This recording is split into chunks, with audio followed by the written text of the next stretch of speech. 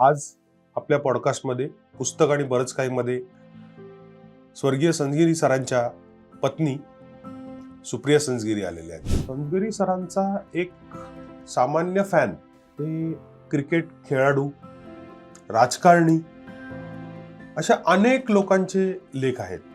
म्हणजे संजय राऊत सामनाचे संपादक, मुरलीधर मोहोळ जे मंत्री आहेत केंद्र सरकारमध्ये, त्यांचाही लेख आहे. खासदार अरविंद सावंतांचा लेख आहे. संजय राऊतची आणि माझ्या नवऱ्याची जवळजवळ 40-45 वर्षाची मैत्री आहे. त्यामुळे मी त्याला फोन करून सांगितलं की तुम्ही लिहाल का. त्याने सांगितलं हो नक्की लिहितो. तर तोपर्यंत ते अजित वाडेकर आणि हे रमाकांत देसाई आणि सचिन यांचं एकदम खूप घरोबा. सचिन घरी यायचा, हे लपवून कसं ठेवायचं तुम्ही इतर लोकांपासून?